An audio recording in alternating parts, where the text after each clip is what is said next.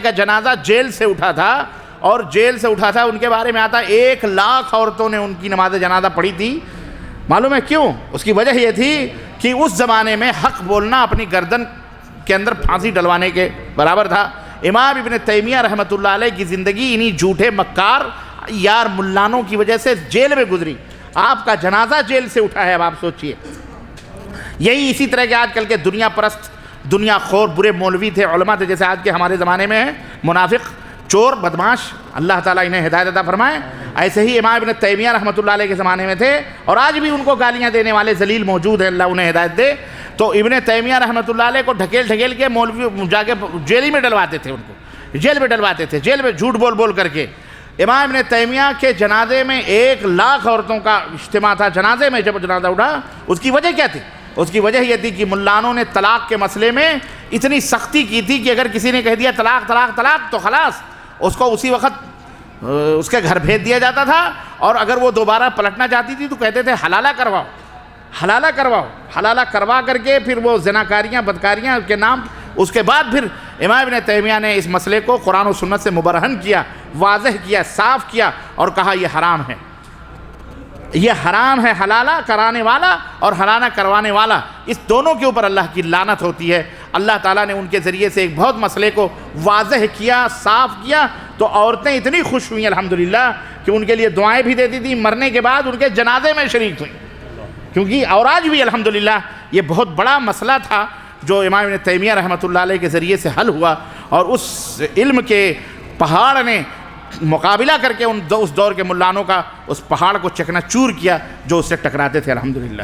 ورنہ انہوں نے تو بیڑا غرق کیا ہوا تھا، سانس لینا بھی جرم کرا ہوا تھا، اپنے لیے تو بڑے مزے تھے۔ کوئی مفتی اپنے بیوی کو طلاق دے کے حلالہ نہیں کرواتا، یہ بات سن لو، اپنی بیٹی کا بھی حلالہ نہیں کرواتا۔ اور ہمارے یہاں تو حلالہ سینٹر کھلے ہوئے ہیں ہندوستان پاکستان میں، باقاعدہ حلالہ کروانا، اللہ کی قسم بتلا رہے ہیں۔ اور یہ بات بتاؤں معذرت کے ساتھ، باقاعدہ مفتیوں نے پٹھے رکھے ہوئے ہیں، اور پٹھے کیسے معلوم ہے؟ 20 سال کی چھوکری کا حلالہ کروانا، لوگ مفتی صاحب سے باقاعدہ رابطہ رکھتے ہیں، چھوکرے 20 سال کی چھوکری آئے گی، 25,000 آپ کے لیے، مجھ سے حلالہ کروانے کے لیے فون نمبر رکھو، بتا دینا۔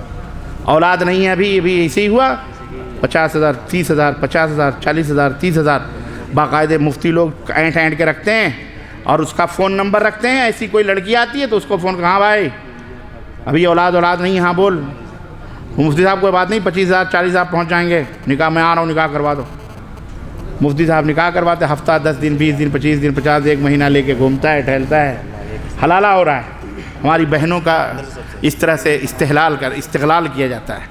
اللہ تعالیٰ ہماری عورتوں کو ہدایت عطا فرمائے، بولو آمین۔ اور مردوں کو، ان کو تو چاہیے یہ کہیں کہ ہم کیوں حلالہ کروائیں، جس نے طلاق دیا اس کا حلالہ کرواؤ،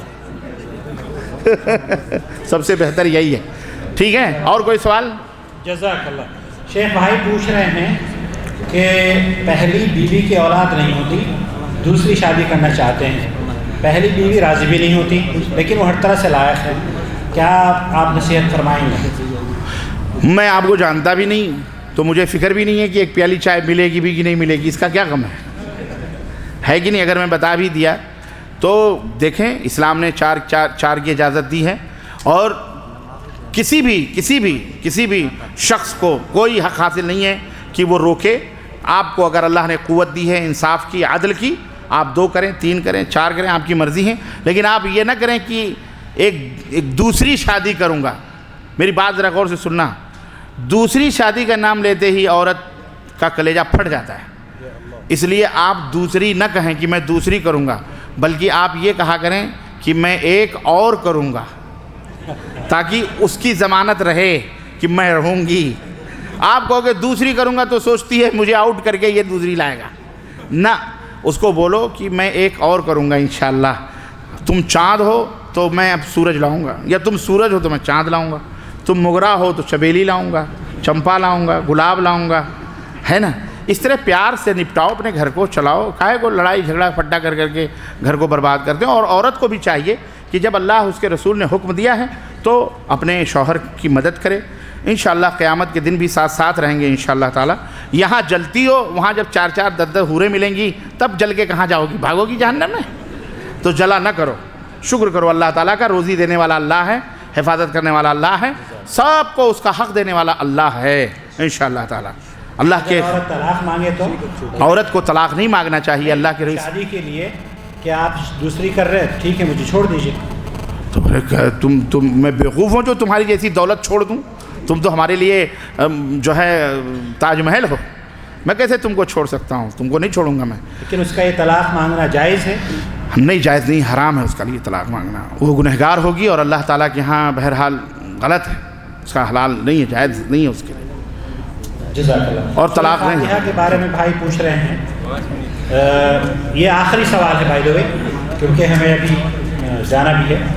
سورہ فاتحہ نماز جنازہ میں کیا اس کی ترتیب ہونی چاہیے؟ سورہ فاتحہ نماز جنازہ میں اللہ کے نبی صلی اللہ علیہ وسلم نے پڑھی ہے، اور حضرت عبداللہ ابن عباس نے پڑھ کر کے زور سے سنایا ہے لوگوں کو، اور کہا کہ اس طرح اللہ کے نبی نماز جنازہ پڑھتے تھے.